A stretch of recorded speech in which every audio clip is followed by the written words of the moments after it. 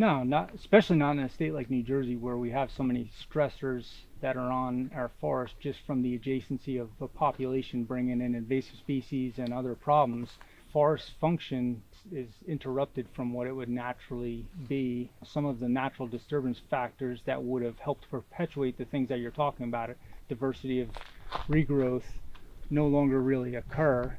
Old growth is not really, it's a character, it's, of the forest. It's not an absolute age. You could have a couple trees that are 200 years old, but that doesn't function necessarily as an old growth forest. It's really how is the system operating, and we want to make sure that they're functioning to provide the ecosystem services we want.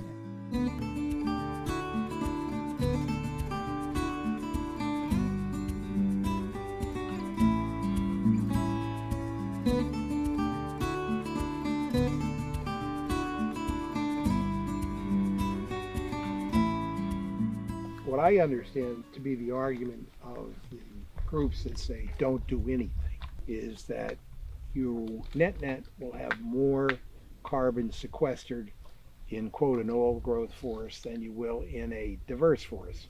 Would you deal with that? The words sequestered and stored are often used interchangeably and incorrectly.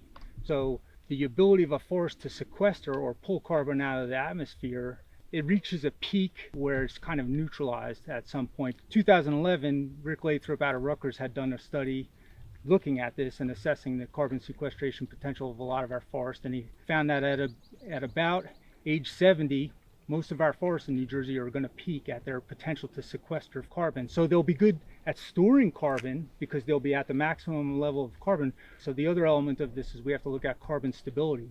When you have a lot of trees all packed together like we see out west that's happening, or even in the pinelands, they're more susceptible and vulnerable to specific things. And that's where we have to have diversity and resilience in the forest, because if we let it all age together, it's very homogeneous in its structure and the species that can persist there. So by being able to manage it for different pockets of different ages and different tree species, we add resilience to that forest and then keep the carbon pool stable over time.